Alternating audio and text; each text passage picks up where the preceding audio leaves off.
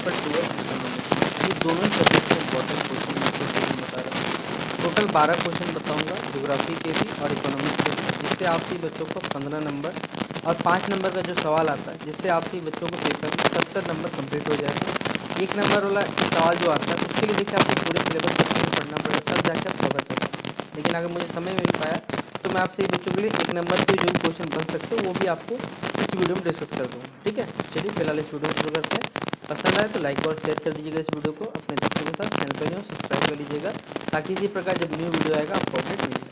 ठीक है, ये आपका मॉड्यूल 1 है बेसिकली ज्योग्राफी में। इसमें डेफिनेशन यानी स्कोप ऑफ बायोज्योग्राफी के बारे में इंपॉर्टेंस क्या है, रिलेशन क्या है इसका अदर साइंस के बायोमास आपको पढ़ना है, forest, grassland, desert, mountain, concept and types of biomes के बारे में पढ़ना है, नेशनल पार्क के बारे में पढ़ना है, और भारत में देखिए जो सेंचुरीज उसके बारे में पढ़ना है। मॉड्यूल 2 में बायोडाइवर्सिटी पढ़ना है, इसका प्रिजर्वेशन हो गया, डिग्रेडेशन हो गया, कंजर्वेशन हो गया, सॉइल इन इंडिया हो गया। इस प्रकार से ये सारा का सारा मॉड्यूल 2 का टॉपिक दिया हुआ है। मॉड्यूल 3 में अगर देखिएगा तो इन्वायरमेंट से जुड़े हुए देखिए जितने भी इश्यूज होते हैं उनमें ट्रॉपिकल, टेम्परेट और पोलर इकोसिस्टम जुड़ा हुआ ये पढ़ना है। और मॉड्यूल 4 में इन्वायरमेंटल प्रोग्राम्स के बारे में पढ़ना है, ग्लोबल हो, नेशनल हो, लोकल लेवल पर अप्रेजल और कंजर्वेशन ऑफ एनवायरनमेंट के बारे में पढ़ना है। तो टोटल 4 मॉड्यूल से मिलके आपका मेजर पेपर 12 ज्योग्राफी का सिलेबस को बनाया गया। अब इस सिलेबस के अकॉर्डिंग जो क्वेश्चंस आ सकते हैं वो बताता हूँ। ठीक है, देखिए पहला सवाल नोट डाउन करिएगा आप लोग। जैव भूगोल जिसे हम लोग बायोजियोग्राफी कहते हैं, ये क्या होता है और साथ ही साथ इसकी परिभाषा यानी इसका डेफिनेशन, प्रकृति यानी नेचर, और इसका क्षेत्र स्कोप, इनका महत्व क्या है, और साथ ही साथ ये अन्य विज्ञान के देखिए जो संबंध होता है, जैसे जैव जो भूगोल है उसका संबंध मान लीजिए साइंस से किस प्रकार है, ये बताने बोला जाएगा। इसलिए यहाँ लिखा हुआ है कि जैव भूगोल क्या होता है, साथ ही इसकी परिभाषा, प्रकृति, क्षेत्र, महत्व तथा अन्य जो विज्ञान से जुड़े हुए इसके संबंध है, इसकी आपको व्याख्या करनी गई है। ये क्वेश्चन नंबर 1 में पूछा हुआ है, और ये सवाल पेपर में आपसी बच्चों को पूरा अगर आता है सवाल तो 15 नंबर का आएगा, तोड़ के अगर इस टॉपिक से आता है तो आपसी बच्चों को ये 5 नंबर का आएगा। ठीक है, तो डिपेंड करता है क्वेश्चन आपसी बच्चों को कितने नंबर पूछा जाता है ये सवाल। अगला बायोम क्या होता है, इसके प्रकारों का वर्णन करते हुए जो वन घास भूमि है, मरुस्थलीय एवं जो पर्वतीय बायोम है, इनकी विशेषताओं का आपको स्पष्ट करने बोला गया है। यानी सबसे पहले बायोम क्या होता है आप लोग ये बताइएगा, इसका जो डिफरेंट टाइप्स होता है ये बताना है, और साथ ही साथ वन, घास भूमि, मरुस्थलीय और जो पर्वतीय बायोम्स है इनकी विशेषताओं का आपको क्या करना है, स्पष्ट करने बोला गया सवाल में। ठीक है, फिर अगला सवाल है भारत एवं झारखंड के देखिए जो प्रमुख राष्ट्रीय उद्यान है बेसिकली हमारे पास है, ये जो नेशनल पार्क है और साथ ही साथ जो वाइल्ड लाइफ सेंचुरीज है हमारे पास है, इनका आपको अध्ययन करने या फिर वर्णन करने बोला जा सकता है। तो भारत एवं झारखंड के जो मुख्य राष्ट्रीय उद्यान तथा जो वन जीव अभ्यारण्य है, वाइल्ड लाइफ सेंचुरी जो हमारे पास है, इनका आपको वर्णन करने बोला गया है। क्वेश्चन नंबर 4 है जैव विविधता यानी बायोडाइवर्सिटी क्या होता है और इसके संरक्षण की हमें आवश्यकता क्यों है, साथ ही साथ जैव विविधता का अगर ह्रास हो रहा है या डिग्रेडेशन हो रहा है तो इसके क्या कारण है, और साथ ही साथ इसके संरक्षण के उपायों की आपकी व्याख्या करनी है। तो ये सवाल भी आपसे बच्चों पेपर 15 नंबर पूछा जाएगा कि मान लीजिए जैव विविधता क्या है, एक ये क्वेश्चन हो सकता है। दूसरा पूछ दिया जाएगा कि जैव विविधता के संरक्षण की आवश्यकता क्यों है, जैव विविधता के ह्रास के कारण क्या है तथा संरक्षण के जो उपाय होते हैं उनके बारे में आपको व्याख्या करने बोला जा सकता है। फिर अगला हमारे पास है भारत में पाई जाने वाली जो मृदा है यानी मिट्टी है हमारे पास है, उसका वर्गीकरण करने बोला गया है, और साथ ही साथ मृदा अपरदन यानी सॉइल इरोजन के कारण क्या होते हैं और इसका संरक्षण हम लोग कैसे कर सकते हैं ये बताने बोला गया है। तो भारत की मृदाओं के बारे में बताइएगा, और मृदा अपरदन का देखिए जो कारण होता है और इसका संरक्षण किस प्रकार कर सकते हैं इसका उपयोग वर्णन करिएगा। फिर भारत में जो बंजर भूमि होता है, जो वेस्टलैंड होता है, इसका विकास हम लोग किस प्रकार कर सकते हैं और इसके प्रबंधन पर भी आपको विस्तार पूर्वक चर्चा करने बोला गया है।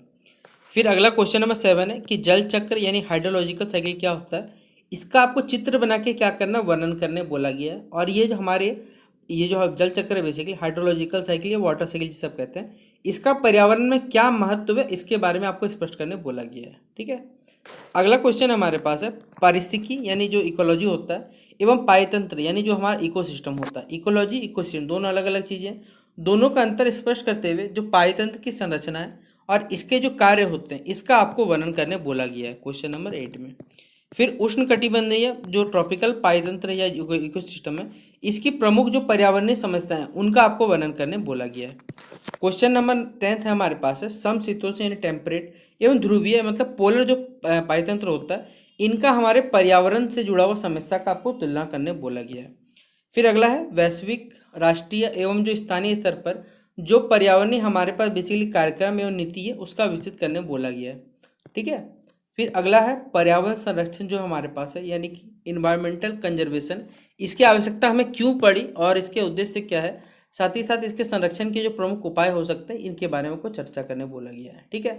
तो ये था आपसी बच्चों का मेजर पेपर 12 ज्योग्राफी का 12 इंपॉर्टेंट सवाल, जिससे आपसी बच्चों को 15 नंबर और 5 नंबर का जो सवाल पेपर में पूछा जाएगा वो कवर होता है। तो आप अगर आपसी बच्चों को जिनका ज्योग्राफी अगर ये वीडियो पसंद आया होगा तो इस वीडियो को लाइक और शेयर करिएगा, और इसके अलावा आपसी बच्चों को कौन सा सब्जेक्ट का आपको पढ़ना है ये कमेंट बॉक्स में जरूर मेंशन कर दीजिएगा। ठीक है। तो चलिए वीडियो को हम लोग शुरू करते हैं। अगला पार्ट हमारा जिस ये यूनिट 1 में ओवरव्यू ऑफ एग्रीकल्चर जो इकोनॉमिक्स है उसके बारे में पढ़ना है। ये यूनिट 1 का ही टॉपिक है सारा का सारा।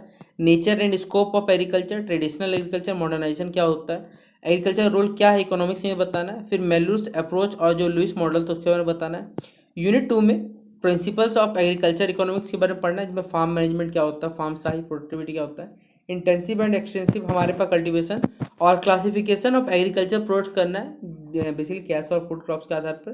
ठीक है। और जो नॉन सीरियल्स हमारे पास क्रॉप्स होते हैं उनके बारे में बताने बोला गया।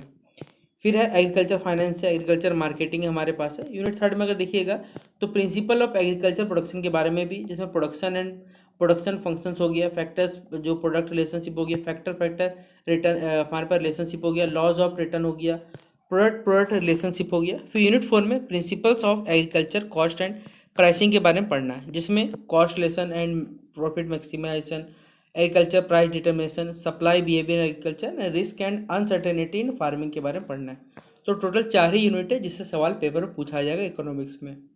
पहला सवाल है कृषि अर्थव्यवस्था यानी कि जो एग्रीकल्चर इकोनॉमिक्स है इसकी प्रकृति, क्षेत्र एवं महत्व के बारे में वर्णन करने बोला गया।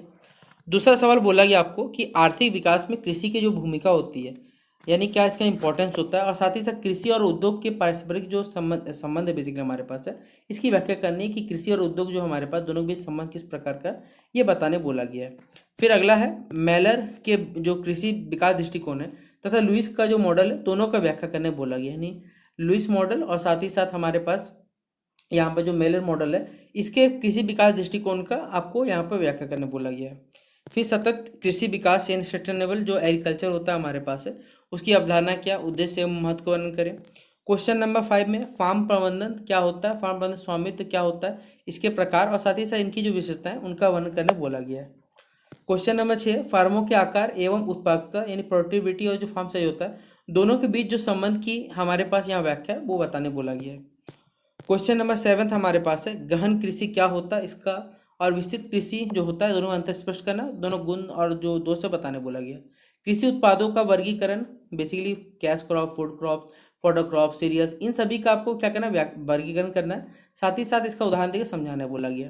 फिर एक कृषि वृत्ति यानी एग्रीकल्चर फाइनेंस एवं जो कृषि गणन विपणन हो गया हमारे पास है दोनों का महत्व समस्या सुनना है। फिर उत्पादन फलन यानी प्रोडक्शन जो फंक्शन होता है क्या होता है, और जो हमारे पास जो कारक उत्पाद है या कारक कारक जो हमारे पास एवं उत्पाद जो हमारे पास है इन संबंधी व्याख्या करनी बोलेगी है।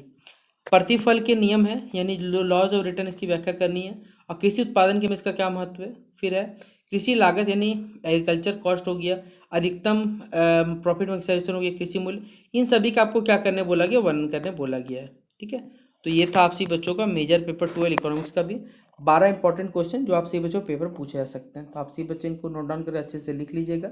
ठीक है। और बाकी इस वीडियो को अपने दोस्तों को शेयर कर दीजिएगा। सबसे जरूरी बात आप सभी बच्चों को अगर हमारा ये वीडियो पसंद आता है तो वीडियो को पहले सबसे पहले लाइक कर दीजिए, क्योंकि आप लोग शायद वीडियो को देखते लाइक करना भूल जाते हैं। बाकी बेस्ट आप बच्चों को हमारी तरफ से मिलते हैं नेक्स्ट वीडियो पे, तब तक के लिए जय हिंद और जय भारत।